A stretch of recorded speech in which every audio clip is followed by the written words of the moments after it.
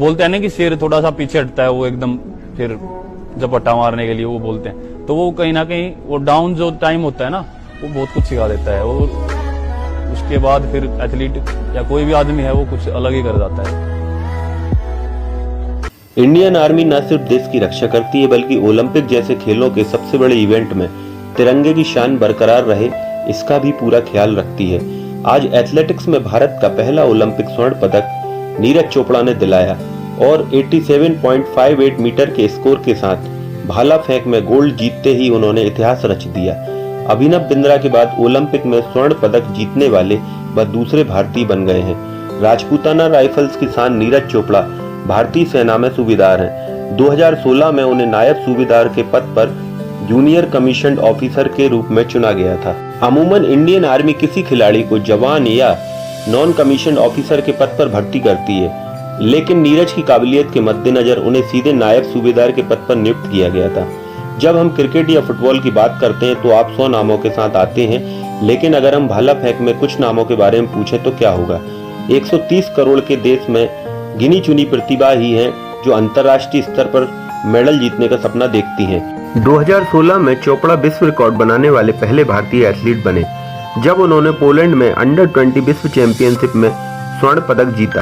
राष्ट्रमंडल और एशियाड दोनों स्वर्ण जीतकर दिग्गजों की लीग में शामिल हो गए। 1958 में मिल्खा सिंह के बाद ऐसा करने वाले दूसरे भारतीय एथलीट हैं, लेकिन हर एथलीट के जीवन में एक बुरा दौर आता है। 2017 जहां उन्होंने बहुत निराशाजनक आउटिंग की थी।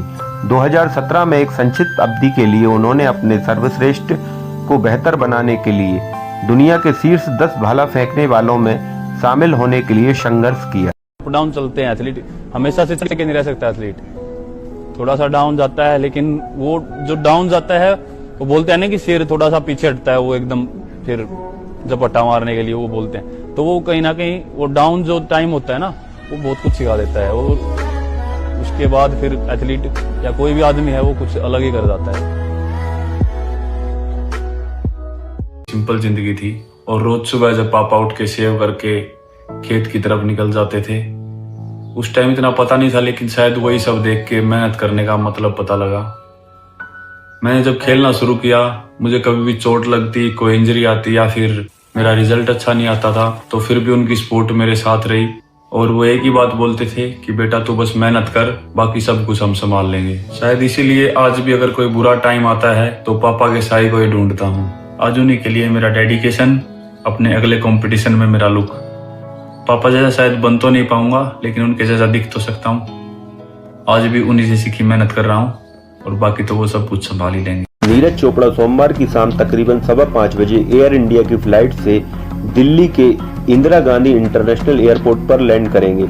इसके बाद वह सीधे यहां से दिल्ली कैंट इलाके में स्थित राजरीफ स्पोर्ट्स सेंटर जाएंगे। यहां पर एक इवेंट में उनका जोरदार स्वागत किया जाना